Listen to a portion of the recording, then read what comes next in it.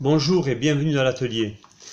Je viens de terminer la dernière version du système d'aide à la mise en place des pignons pour le filetage. Donc j'allume. Alors j'ai apporté des modifications. Déjà j'ai apporté des corrections puisque je me suis rendu compte qu'il y avait quelques petites erreurs. Donc ça c'est corrigé. Donc là déjà j'ai supprimé tous les tremblements à l'affichage. Donc il n'y a plus aucun tremblement. J'ai placé en fait les options sur la même page. Voilà, donc je peux défiler. Voilà, ça, il n'y a pas de changement, mais c'est surtout qu'il n'y a plus aucun tremblement sur l'écran, comme on pouvait avoir avant. J'ai placé les options directement sur la page d'accueil. Ça me permet, où que je sois d'ailleurs, pas sur la page d'accueil, mais où que je sois, ça me permet d'accéder à ces options-là. Donc soit je prends la calculatrice pour calculer les pas, on y viendra après. Soit ici pour avoir en fait la profondeur des pas et les pas normalisés, on va y venir. Et même à partir d'ici, je peux revenir sur la calculatrice, etc. Et de là, je peux revenir en fait au pas normalisé. Donc je reviens à l'accueil. Donc à l'accueil, si je choisis un pas désiré, quel qu'il soit, le pas 2 ou le pas 1,75, etc. Donc j'ai la position de mes pignons. Je peux bien entendu passer en TPI ou en millimètres. Ensuite, je vais aller voir sur la calculette si j'ai besoin d'un pas particulier. Admettons que j'ai besoin d'un pas de 1,23, donc je tape 1,23. Donc j'ai possibilité en TP ou en millimètres. Donc là, je suis en millimètres, je reste en millimètres, je touche à rien. Ensuite, j'ai toujours les trois possibilités, marge d'erreur, pignon supplémentaire ou pignon double. Donc je valide. Donc là, il fait un calcul en fait par rapport à la position des pignons à l'intérieur de la boîte à pignons. C'est-à-dire qu'il y a des combinaisons qui ne sont pas possibles. Donc là, il me dit que j'ai aucune combinaison possible.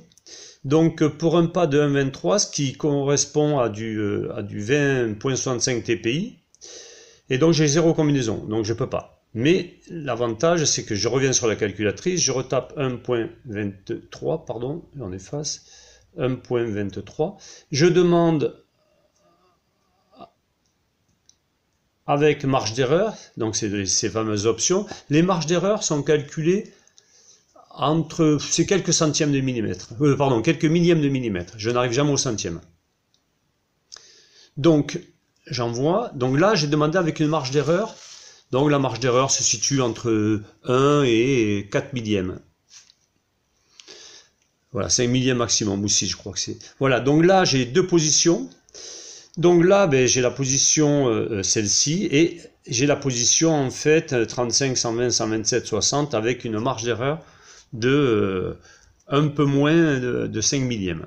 Donc, ce qui reste insignifiant. Et là, bien entendu, j'ai les petits voyants qui s'allument. Vert, ça veut dire que j'ai demandé ça. Ça, c'est pour les pignons supplémentaires, et ça, c'est pour les pignons doubles.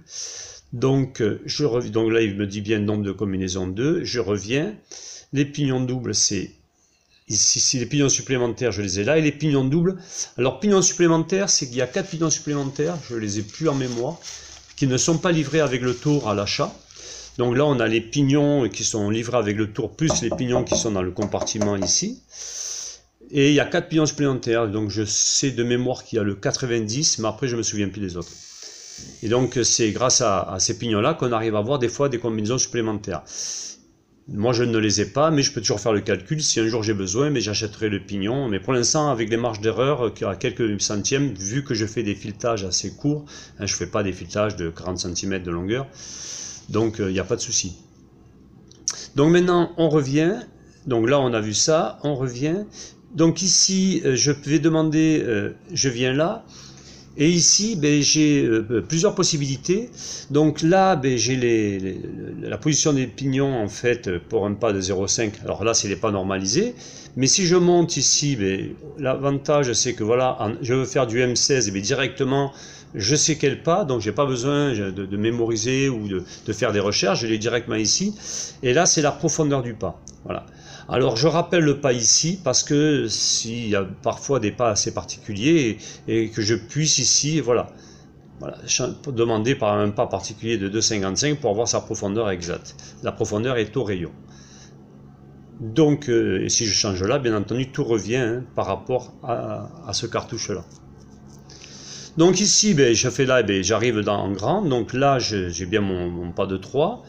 Ici, il me dit, ben voilà, je suis sur du 24, pas de 3, etc. Je peux descendre en fait, et automatiquement, mais il va ajuster là. Donc ça veut dire que ce que j'ai ici, en fait, quand je choisis, je vais prendre par exemple on va prendre du M10, je prends du M10, et bien quand je prends ça, automatiquement ça me reporte, en fait les paramètres sont reportés ici, et dans la bonne configuration, c'est-à-dire j'ai le M10 avec un pas de 1,5 et la profondeur de 0,93. L'avantage, c'est qu'en permanence, quel que soit l'écran dans lequel je suis, j'ai systématiquement tous les paramètres, ce qui est très intéressant. Voilà, et là pareil, hein, je peux toujours avancer, etc., etc. Voilà, donc je pense n'avoir rien oublié. On va faire voir, non, on a tout vu là. Voilà, donc je disais, où que je sois, pareil, à partir de là, ben, je peux revenir. Là, je peux aller ici. Quand je suis sur la calculette, je peux aller en fait sur cette page-là. Donc je ne suis jamais limité. Voilà, en permanence, j'ai toujours la possibilité de revenir sur une page précédente, quelle que soit la page à laquelle je me trouve. Voilà pour ces modifications. On va juste faire un dernier petit calcul. Voilà, je vais faire par exemple, on va demander du 28 TPI, donc je vais demander en TPI, je supprime la marge d'erreur et on va voir ça. Alors le calcul est un peu lent, mais c'est normal, hein, c'est des microcontrôleurs, on n'est pas sur des processeurs des Core i9. Voilà, donc là il me dit en 28 TPI je n'ai pas, donc ça fait en conversion, ça me fait du 0,91 mm. Oui, j'ai mis ça pour avoir une conversion. Quand je suis en millimètres, ça me met la conversion en TPI, et quand je suis demande TPI, ça me met la conversion en millimètres. Comme ça, moi, ça me permet parfois de me dire, bah, ok, c'est sur un pas, il y a une correspondance en millimètres, je la mets. Donc je vais revenir, j'avais dit 28 TPI, là on va demander avec la marge d'erreur.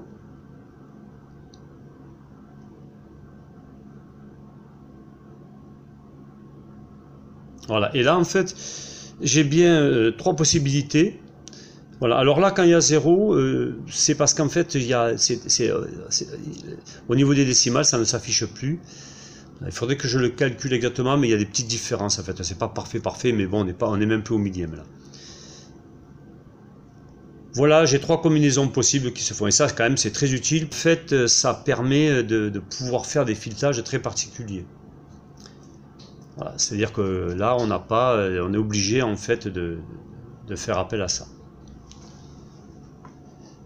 Donc voilà, là on a fait le tour. Et ça, c'est la toute dernière version, et j'en suis assez satisfait, puisque là, c'est surtout, c'était assez agaçant ces tremblements. Voilà, là, où qu'on aille, voilà, je n'ai plus aucun tremblement. Voilà, j'ai fait le tour. Au revoir.